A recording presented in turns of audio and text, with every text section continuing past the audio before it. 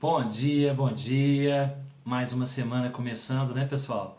E nós aqui firmes e fortes com os nossos grãozinhos no caminho de hoje, nos trazendo as palavras do Evangelho segundo o Espiritismo e do Livro dos Espíritos.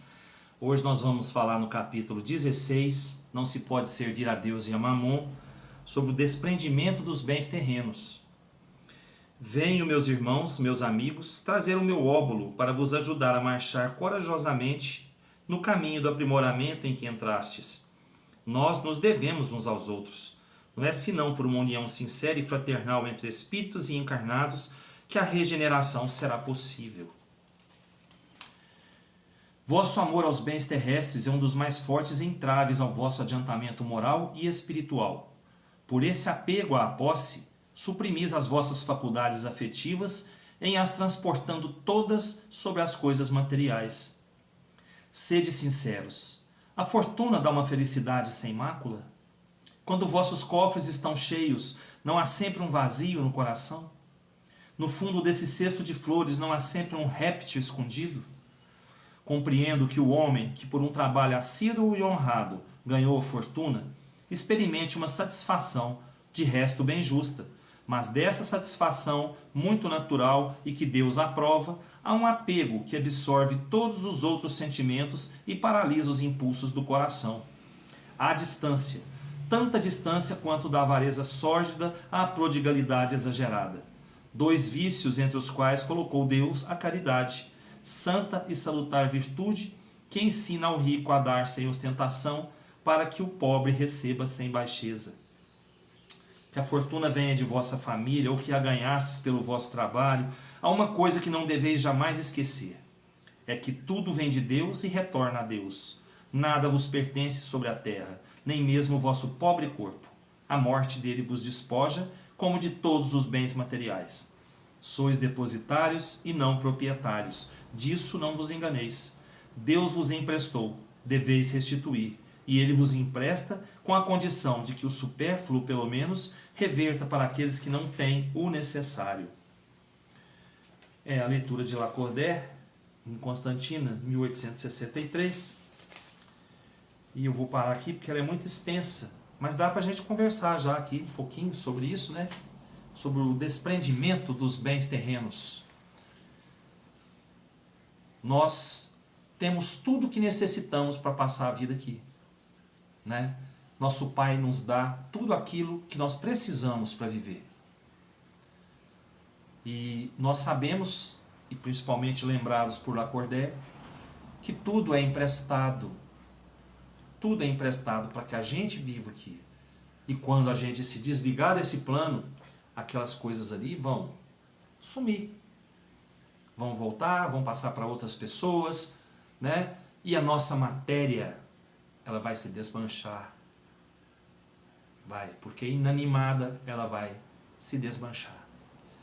Então nem isso nós temos, nem esse corpo aqui, ó, ele é emprestado pelo Pai, para a gente poder passar por essa etapa terrena da nossa vida espiritual.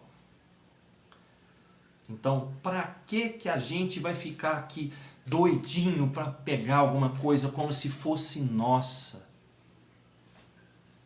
Para ficar com um bem material que depois que a gente for embora vai servir para quê? Para a gente? A gente não vai levar nada daqui para o plano espiritual, a não ser as nossas boas atitudes. Então, vamos aproveitar essas lembranças que os Espíritos dão para a gente, de vez em quando, nas leituras, de que nada é nosso. Tudo está emprestado a nós para que nós possamos passar por essa vida, essa etapa da vida espiritual aqui na Terra. Né? Então vamos desapegar, pessoal. Vamos nos amar mais. Vamos nos entregar mais à vida. Vamos viver mais intensamente a nossa vida. Vamos praticar a lei de amor a cada instante da nossa vida, porque isso nós vamos levar.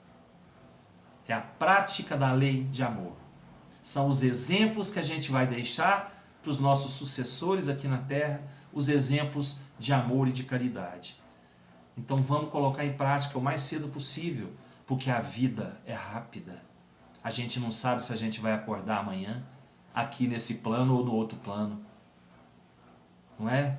Vamos viver, né? Vamos pensar um pouquinho mais na gente,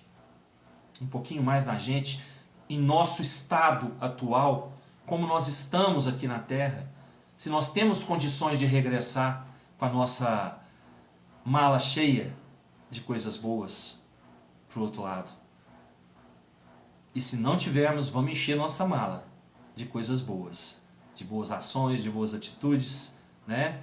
E vamos deixar bons exemplos para os nossos sucessores, nossos filhos, nossos netos, nossos amigos, né? Vamos ser exemplo da prática de amor. Vamos desapegar da matéria. A matéria fica e nós vamos. Nós somos espíritos encarnados, somos almas vivendo uma experiência terrena, passando por um aprimoramento aqui na Terra. Então vamos lá, vamos viver essa chance, essa oportunidade que Deus nos dá. Porque isso Ele não empresta, Ele dá. E nós temos que saber aproveitar, né? Desligar, dar mais valor a gente, às pessoas e deixar de lado o material. Leitura de hoje do Livro dos Espíritos, meus amigos, é a questão 139 que Kardec fez aos Espíritos. Certos espíritos, e antes deles alguns filósofos, definiram a alma como uma centelha anímica emanada do grande todo. Por que essa contradição? Não há contradição, depende da significação das palavras. Por que não tendes uma palavra para cada coisa? Pois é, nós temos muitas palavras que servem para muitas coisas, né? A mesma coisa, a alma, por exemplo, serve para muitas coisas. Aquela coisa não tem alma, né? O que quer dizer isso aí? Que aquela coisa não tem vida. Então, alma é vida. Alma é vida. É um espírito encarnado momentaneamente, né? Que dá vida, que traz vida. A palavra alma é empregada para designar coisas muito diferentes. Alguns chamam assim o princípio da vida. E nesta significação é exato dizer, em sentido figurado, que alma é uma centelha anímica emanada do grande todo.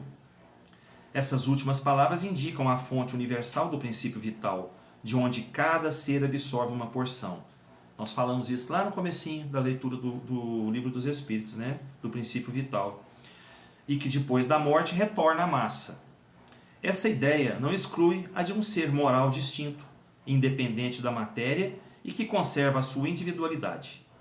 É a esse ser que nós igualmente chamamos alma, e é nessa significação que podemos dizer que a alma é o espírito encarnado.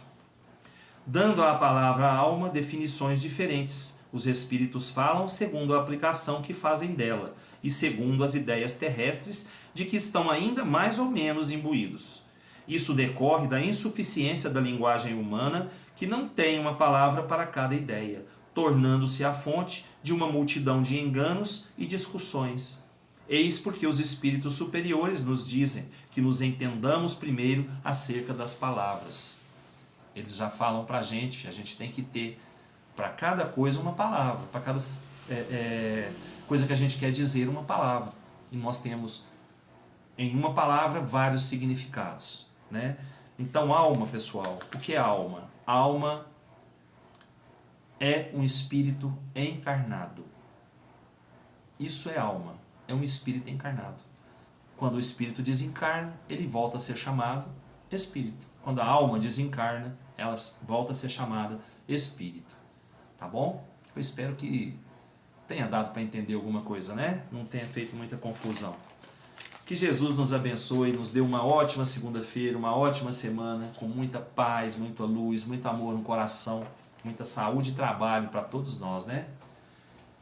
Fiquem com Deus, até amanhã se Deus quiser, e eu tenho certeza que Ele quer. Beijo no coração.